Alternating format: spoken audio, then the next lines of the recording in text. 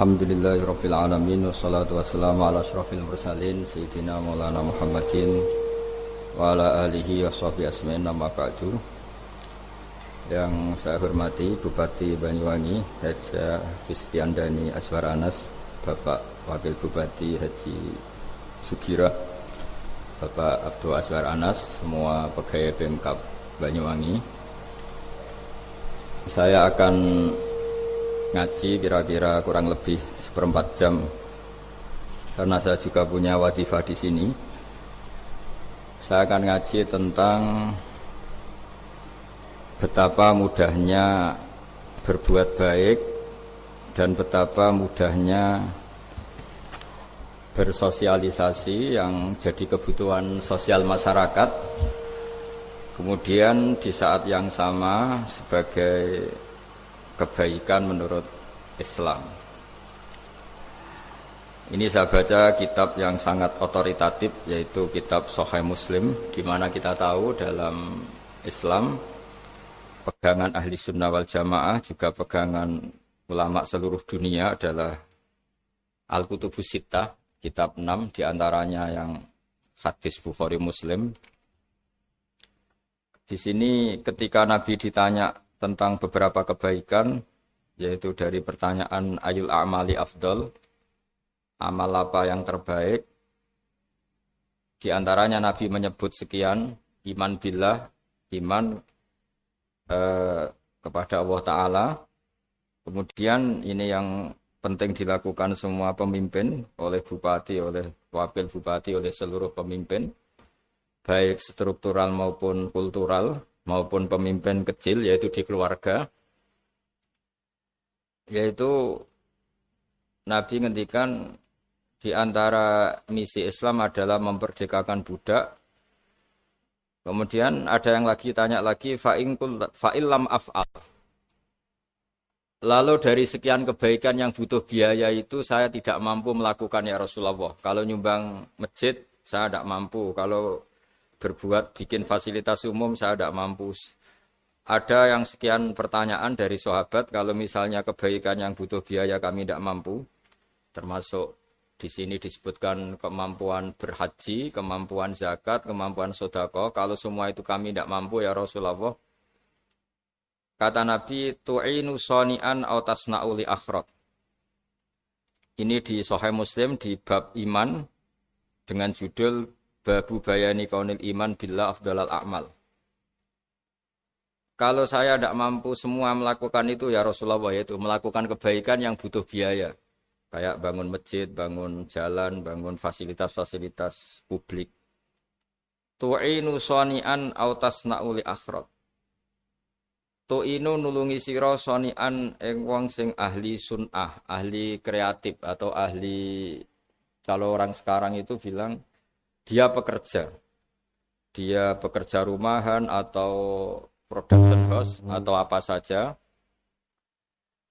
Autas nauli akhraq, atau kamu membantu orang yang tidak punya pekerjaan. Terus sahabat masih tanya, aro'aita in dhaiftu an ba'dil amal. Kalau semua kebaikan aktif saya tidak mampu melakukan ya Rasulullah, kebaikan menolong orang lain, kebaikan yang bersifat aktif. Jawabnya Nabi, dan ini pegangan saya, pegangan kita semua, panduan dari Rasulullah SAW, Nabi ngendikan, takufu syarroka anin nas, fa innaha sodakotun minka ala nafsik. Ya, saya ulang lagi, takufu syarroka anin nas, fa innaha sodakotun minka ala nafsik. Kamu dalam berislam cukup menjaga supaya kejelekan kamu tidak punya imbas pada orang lain. Ya, ini penting dalam Islam. Jadi kalau tidak bisa berbuat baik, potensi keburukan kita jangan sampai menimpa orang lain. Keburukan itu bisa kejahatan kriminal, bisa kejahatan pidana atau merugikan orang lain, atau kejahatan yang tidak sampai kriminal tapi mengganggu orang lain. Misalnya contoh gampang ini, saya sumpek-sumpeknya sendiri ingin jalan-jalan, main di teman yang di jam kerja. Ini kan sumpek-sumpeknya saya sendiri ingin hiburan, terus wisata atau dolan ke teman yang sebetulnya saat itu dia mungkin ngaji atau kerja atau harus memenuhi kewajiban cari nafkah. Gara-gara nemuin saya, akhirnya dia dikomplain sama majikannya. Atau gara-gara nemuin saya, dia akhirnya tidak ngaji sama santrinya. Atau gara-gara nemuin saya, dia terganggu aktivitasnya. Itu juga tidak boleh. Karena berarti keburukan kita punya akibat pada orang lain. Jadi kaidah dalam Islam itu kalau tidak berbuat baik, potensi keburukan kita ini jangan sampai menimpa orang lain.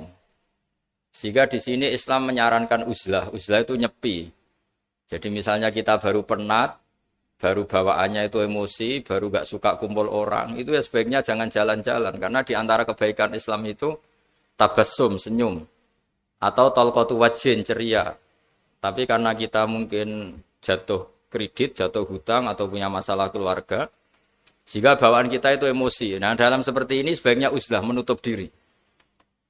Sehingga kata Rasulullah SAW dalam zaman akhir di antara kebaikan itu, kamu meninggalkan manusia, aktivitasnya, kemudian watada'un nas min syarrik. Kamu meninggalkan manusia supaya enggak kena keburukan kamu. Jadi ada momen, ada saat di mana kita mungkin kalau ketemu orang itu bawaannya ingin sengak, ingin ngomong yang enggak enak, atau kita baru penat, itu sebaiknya uzlah saja, mengurung diri di kamar atau isolasi sendiri. Karena bawaannya baru emosi. Nah, ini yang jarang dipraktekkan. Kalau sekarang malah banyak yang saat susah, malah bawaannya ingin namam, ingin menvonis orang lain atau ngadili orang lain. Padahal pesannya Nabi, kalau semua kebaikan aktif tidak bisa kamu lakukan itu, takuffu syarra ka'anin nas fa innaha shadaqatun minka ala nafsik. Sehingga keburukan kita, ya saya ulang lagi, keburukan kita yang ingin emosi, ingin apa itu tidak punya akibat orang lain. Di sini kearifannya Rasulullah SAW, beliau masyhur ngendikan, layak dilqadi wa ghadban. Jangan sampai seorang hakim bikin keputusan ketika emosi, karena bawaannya orang emosi itu pasti enggak terkontrol intelektualnya, enggak terkontrol nuraninya, enggak terkontrol semua sifat baiknya. Itu kalau punya keputusan bahaya sekali. Sehingga Nabi dari awal ngendikan layak dilqadi wa ghadban. Orang yang sedang emosi tinggi jangan bikin keputusan penting. Kemudian oleh ulama diteruskan juga jangan bikin keputusan penting orang yang sangat lapar, atau yang sangat kenyang, atau yang sangat ngantuk, atau yang super sibuk. Jadi hal-hal yang potensi buruk dalam mengambil keputusan itu harus ditinggalkan.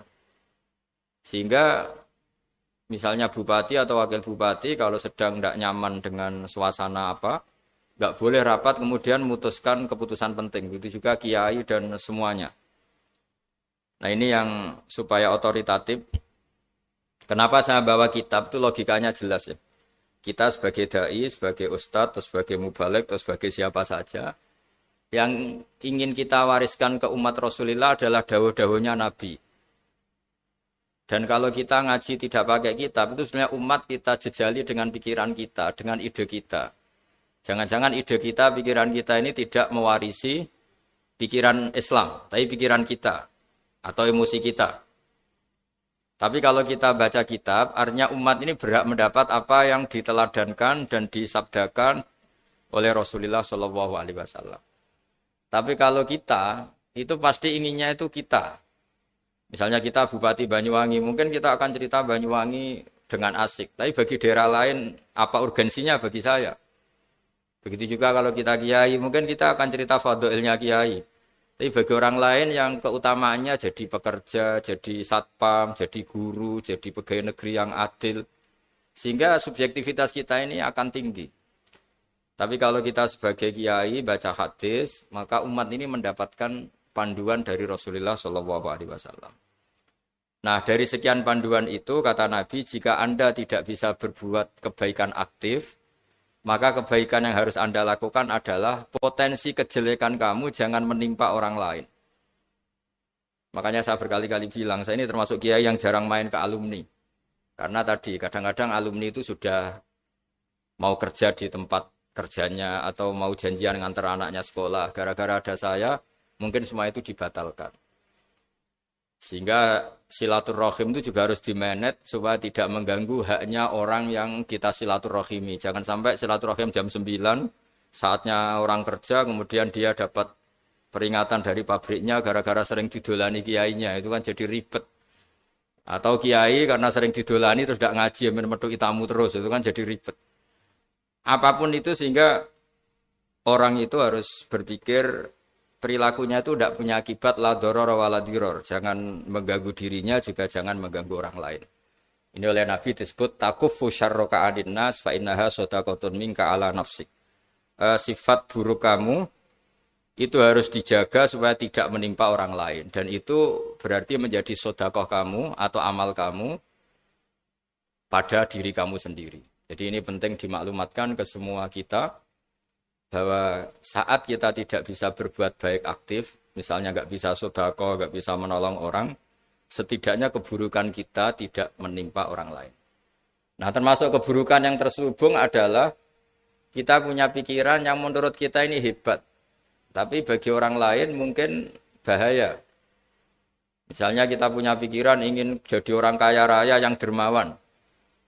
Itu artinya kan pikiran baik karena ingin jadi dermawan. Tapi artinya bayangkan orang lain tuh miskin semua butuh derma kamu. Mana mau orang lain kamu bayangkan miskin butuh derma kamu. Orang lain juga bayangkan dirinya kaya gak butuh derma kamu. Itu namanya kebaikan yang subjektif.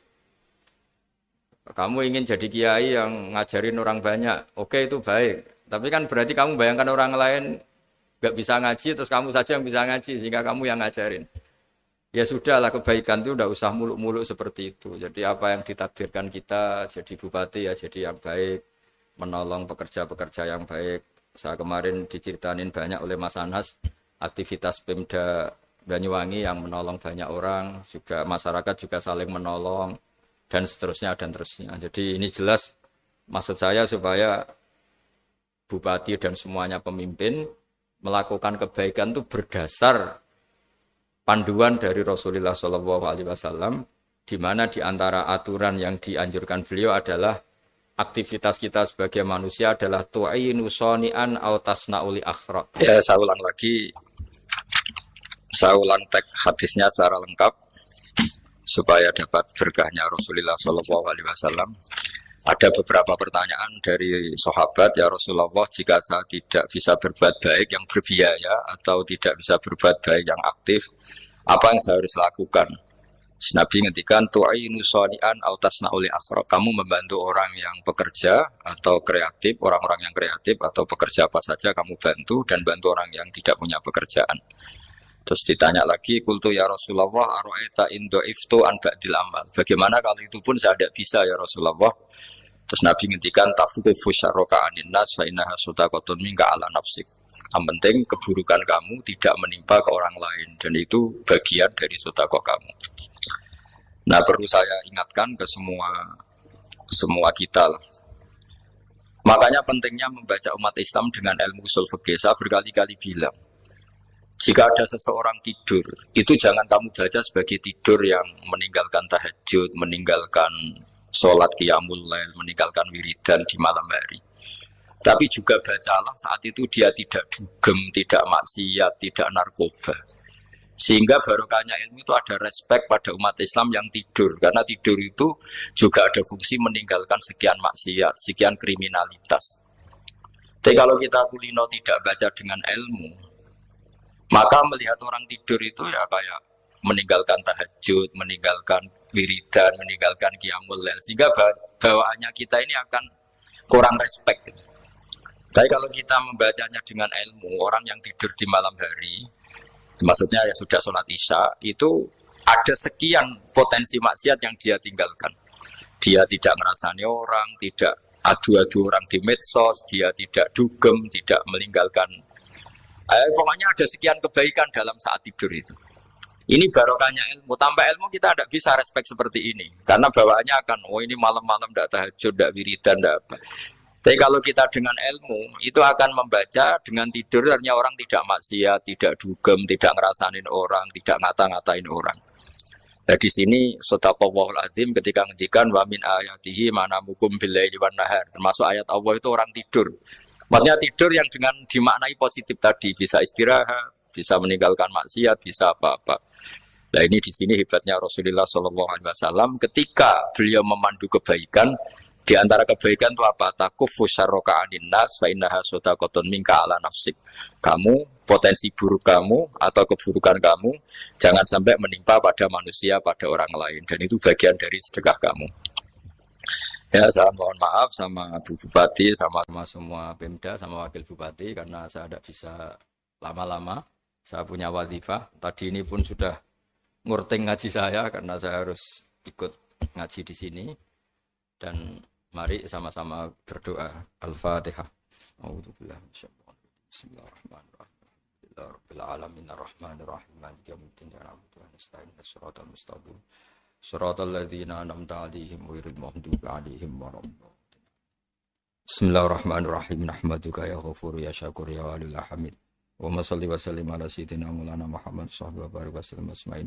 Allahumma ij'alna aminin mutmainin alladzina la khaufun 'alaihim wa la hum yahzanun. Waj'al mustama'ana hada ya Allah mustama'an mubarakan ya Allah ya Allah. Allah barik fi mustama'atina wa fi firaqina wa fi uslatina wa fi mu'akhatina. Mu'akhatan fika laka wa fika mu'akhatan ya Allah yuzkaru fiha ismukal azim. Allahumma ya Allah illam akun ya Allah ahlan an ablugha rahmataka ya Allah. Farahmatuka ahlun an tablughana. Allahumma ya wa illam nakun ya Allah ahlan an nablugha rahmataka fa rahmatuka ahlun an tablughana jami'an rahmatuka ya wa awsa'u wa awsa' ya Allah. Allahumma ya wa maghfiratuka awsa'u min dhunubina wa rahmatuka arja indana min amalina. Allahumma ya wa maghfiratuka awsa'u min dhunubina wa rahmatuka arja indana min amalina. Allahumma ya wa maghfiratuka awsa'u min dhunubina wa rahmatuka arja indana min amalina. Rabbana zalamna anfusana wa illam taghfir lana tarhamna lanakunanna minal khasirin. Rabbi ighfir li wa liwalidayya man dakhala baitiya mu'mina wa lil mu'minina